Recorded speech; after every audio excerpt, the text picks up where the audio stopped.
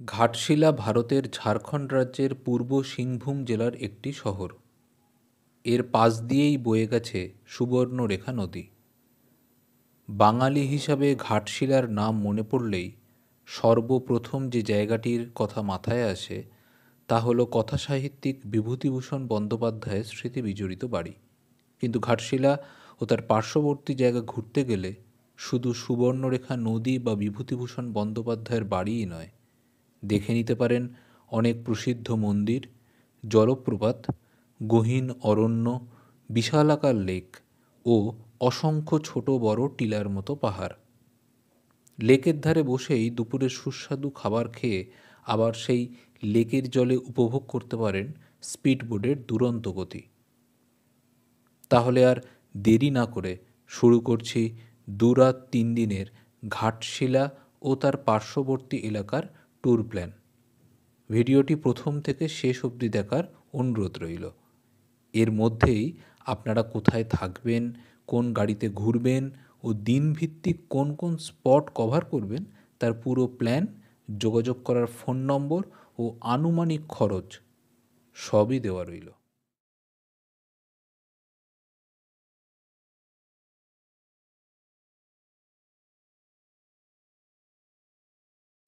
প্রথম দিন সকালে হাওড়া থেকে ধরুন 12021 হাওড়া বারবিল জনশতাব্দী এক্সপ্রেস, যেটি সকাল 6টা 20 মিনিটে হাওড়া থেকে ছেড়ে সকাল 9টা 3 মিনিটে পৌঁছয় ঘাটশিলা স্টেশনে।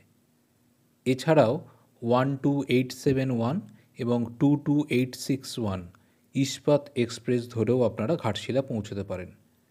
দুটি ট্রেনই 9টা 27 মিনিট নাগাদ ঘাটশিলা পৌঁছয়। সকালে স্টেশনে নেমেই স্টেশনের কাছেই বিভিন্ন মানের হোটেল থেকে নিজের পছন্দ মতো একটা হোটেলে গিয়ে উঠুন। 1-1.5 ঘন্টার মধ্যে একটু ফ্রেশ হয়ে সামনের কোনো দোকান থেকে সকালের খাওয়া দাওয়ার পর্ব সেরে নিয়ে গাড়িতে বা অটোতে চেপে বসুন। ভিডিওর শেষে হোটেল ও গাড়ির যোগাযোগ নম্বর ও আনুমানিক খরচ আমি বলে দেব। বেরিয়ে প্রথমেই চলে আসুন স্টেশনের খুব কাছেই রঙ্কিনী দেবীর মন্দিরে। 400 বছরের পুরনো এই মন্দিরে পূজিতা হন মা অষ্টভুজা কালী। সমগ্র মন্দিরটি দর্শন করে ও মন চাইলে মায়ের কাছে পুজো দিয়ে বেরিয়ে পড়ুন পরবর্তী গন্তব্যের উদ্দেশ্যে। পৌঁছে যান পাশ দিয়েই বয়ে চলা সুবর্ণরেখা নদীর পাড়ে। দেখে নিন নদীর গতিপথ। জল কম থাকলে নদীবক্ষে পাথর ডিঙিয়ে ডিঙিয়ে চলে যেতে পারেন নদীর মাঝখান পর্যন্ত। সুন্দর সুন্দর ছবি তুলে এবার চলুন কাছেই চিত্রকূট টিলার দিকে। বলে রাখা ভালো, ঘাটশিলার মধ্যের দর্শনীয় স্থানগুলো বেশ কাছাকাছি, তাই চাইলে শুধু ঘাটশিলা ভ্রমণ করে অনায়াসে দিনের দিন ফিরে আসতে পারেন। চিত্রকূট টিলার পাদদেশে পৌঁছে গাড়ি থেকে নেমে মিনিট 15 হেঁটে উপরে উঠে দেখে নিন একটি ছোট্ট শিব মন্দির ও ঘাটশিলা শহরের 360 ডিগ্রি দৃশ্য। এই টিলায় দেখা মেলে অনেক গাছপালা ও মার্বেল পাথরের।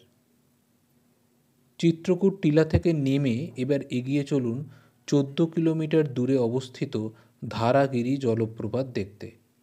গাড়ি থেকে নেমে গ্রাম্য মেঠো পথ ও জঙ্গলের মধ্যে দিয়ে চলুন এই জলপ্রপাত দেখতে।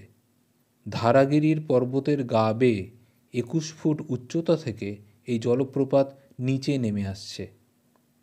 বর্ষার জলে পুষ্ট বলে মূলত বর্ষাকালে এই ধরনের জলপ্রপাতে বেশি জল দেখা যায়। জলপ্রপাত দেখে আবার জঙ্গলের পথ ধরে ফিরে এসে গাড়িতে করে 8 কিলোমিটার দূরে বুরুডি লেক দেখতে চলে আসুন। ঝাড়খণ্ডের পূর্ব সিংভূম জেলায় অবস্থিত প্রায় 80 একর জায়গা নিয়ে এই লেক। মন চাইলে এই লেকের জলে বোটিং করতে পারেন। ভালো করে ঘুরে নিয়ে এই লেকের ধারে সুস্বাদু খাবার দিয়ে মধ্যাহ্নভোজ সেরে নিন। চাইলে এই একই পথে ঘুরে নিন ফুলডুংরি পাহাড়। এরপর আবার ফিরে আসুন ঘাটশিলা শহরের মধ্যে। দেখে নিন কথা সাহিত্যিক বিভূতিভূষণ বন্দ্যোপাধ্যায়ের বসতবাড়ি গৌরীকুঞ্জ। বাড়িটি খোলা থাকে সকাল 7টা থেকে দুপুর 1টা পর্যন্ত ও বিকালে 3টে থেকে সন্ধে 6টা পর্যন্ত। এখানে দেখে নিন লেখকের ব্যবহৃত বিভিন্ন সামগ্রী। সন্ধ্যের মুখে পৌঁছে যান ঘাটশিলা রামকৃষ্ণ মঠে। মন ভরে দেখে নিন সন্ধ্যারতি। তারপর প্রথম দিনের ঘোরার পর্ব শেষ করে হোটেলে ফিরে বিশ্রাম নিন। দ্বিতীয় দিনটা একটু তাড়াতাড়ি শুরু করুন, কারণ আজকে যাব একটু দূরে দূরে। সকাল 7:30-8টার মধ্যে গাড়ি নিয়ে বেরিয়ে পড়ুন। প্রথমেই চলে আসুন 50 কিলোমিটার দূরে ডিমনা লেক দেখতে। জামশেদপুর থেকে 15 কিলোমিটার দূরে অবস্থিত এটি। এটি একটি কৃত্রিম লেক, যেটা টাটা স্টিল কর্তৃপক্ষ 1944 সালে তৈরি করেছিলেন জলের অভাব মেটানোর জন্য। এটি প্রায় 5.5 বর্গ কিলোমিটার জায়গা জুড়ে অবস্থিত। এখানে চাইলে আপনারা বোটিংও করতে পারেন। ডিমনা লেক দেখে চলে আসুন 30 কিলোমিটার দূরবর্তী দলমা ওয়াইল্ড লাইফ স্যাংচুয়ারিতে। নির্দিষ্ট প্রবেশ মূল্য দিয়ে নিজেদের গাড়ি অথবা বন দপ্তরের নিজস্ব গাড়ি নিয়ে প্রবেশ করুন। চারিদিকে সবুজ জঙ্গলের বুক চিরে এগিয়ে চলুন প্রাকৃতিক শোভা দেখতে দেখতে। এসে থামুন শিব গুফার সামনে। পাহাড়ি পথে কৃত্রিম সিঁড়ির উপরে উঠে ভগবানকে দর্শন করে আসুন। পাহাড়ের মনোরম পরিবেশে বেশ কিছুটা সময় কাটিয়ে এবার দলমাকে বিদায় জানানোর পালা। এবার এগিয়ে চলুন 35 কিলোমিটার দূরে চান্ডিল লেক দেখতে। সুবর্ণরেখা নদীর উপর বাঁধ দিয়ে এই চান্ডিল লেকের উৎপত্তি। প্রায় 1963 বর্গ কিলোমিটার জায়গা জুড়ে এটি অবস্থিত। এখানে এলে স্পিড বোটে চেপে লেকের জলে দুরন্ত গতির অভিজ্ঞতা নিতে কিন্তু ভুলবেন না। লেকের ধারে সুন্দর একটি জায়গা দেখে দুপুরের খাওয়া দাওয়াটা সেরে নিন।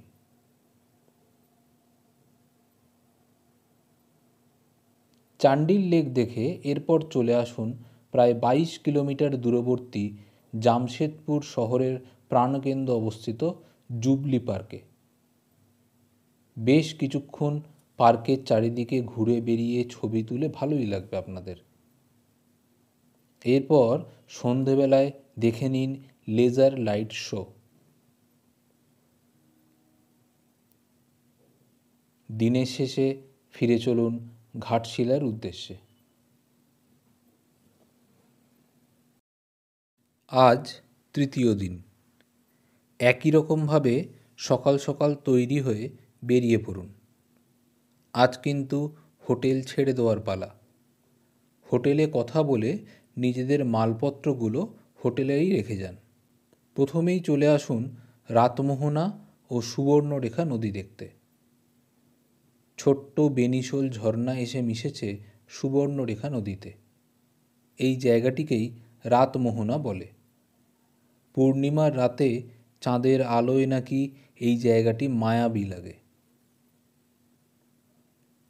রাতমোহনা দেখা হয়ে গেলে এবার এখান থেকে 9 কিলোমিটার দূরে অবস্থিত চাপড়ি সিদ্ধেশ্বর শিব মন্দির দেখতে চলে আসুন। মন্দিরটি একটি টিলার ওপর অবস্থিত। নিচে গাড়ি রেখে কয়েকশো মিটার পায়ে হেঁটে পৌঁছন টিলার মাথায় শিব মন্দিরে। প্রকৃতির মাঝে এমন শান্ত নিরিবিলি পরিবেশে পুজো করার অভিজ্ঞতা দীর্ঘদিন মনের মধ্যে গেঁথে থাকবে। মন্দিরে পুজো দিয়ে গাড়ি করে চলে আসুন 6 কিলোমিটার দূরে অবস্থিত গালোডি ব্যারেজ দেখতে। সুবর্ণরেখা নদীর ওপর এটি অবস্থিত। নদীর জলে মাছ ধরা দেখে এবার এগিয়ে চলুন রঙ্কিনী ডুংরি বা মা দুর্গার মন্দির দেখতে। এটি বিরসা ফানসিটি ওয়াটার পার্কের কাছে একটি টিলার ওপর অবস্থিত। এই টিলার ওপর থেকে চারিদিকে দৃশ্য অনবদ্য লাগে। আপনারা চাইলে সিদ্ধেশ্বর মন্দির দেখে সোজা চলে আসতে পারেন জাদুগোড়ার রঙ্কিনী দেবী মন্দির দেখতে। তারপর হাতে সময় থাকলে গালুডি ব্যারেজ দেখে ঘাটশিলায় ফিরে আসুন। যাই হোক, এবার বাড়ি ফেরার পালা। ফিরে চলুন ঘাটশিলা স্টেশনের উদ্দেশ্যে। স্টেশনের পাশেই কোনো একটি হোটেল দেখে সেখানে দুপুরের খাওয়া দাওয়া সেরে নিন।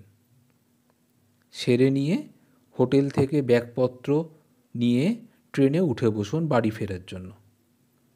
দুপুর 2:30 18034 ঘাটশিলা হাওড়া মেমুতেও করে ফিরতে পারেন, যার ভাড়া মাত্র 45 টাকা, এবং যেহেতু ঘাটশিলা থেকেই ছাড়ে ট্রেনটি, তাই উঠে অনায়াসে জায়গা পাওয়া যায়। এছাড়াও সন্ধেবেলা 12872 ইস্পাত এক্সপ্রেস অথবা 12022 হাওড়া জনশতাব্দী এক্সপ্রেস, এতে করেও কিন্তু আপনারা ফিরতে পারেন। প্রথমে আসি ঘাটশিলা যাতায়াতের বিষয়। যাদের নিজস্ব গাড়ি আছে বা ভাবছেন নিজের গাড়ি নিয়ে ঘাটশিলা ঘুরবেন, অনায়াসে ঘুরতে পারেন, কারণ কলকাতা থেকে ঘাটশিলার দূরত্ব সড়ক পথে মাত্র 240 কিলোমিটার।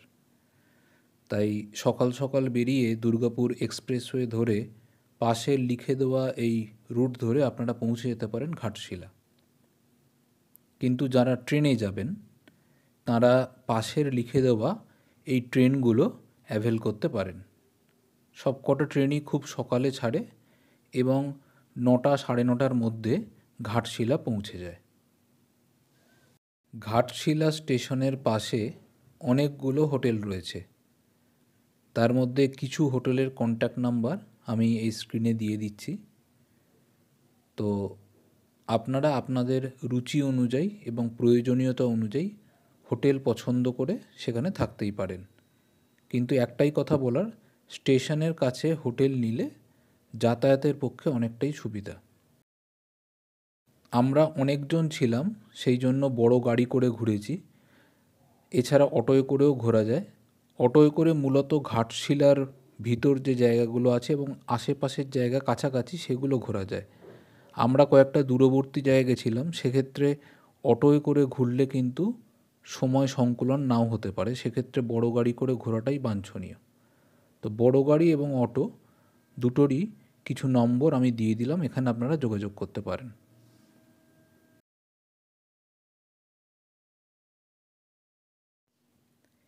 এবার আসা যাক আনুমানিক একটা খরচের হিসাবে।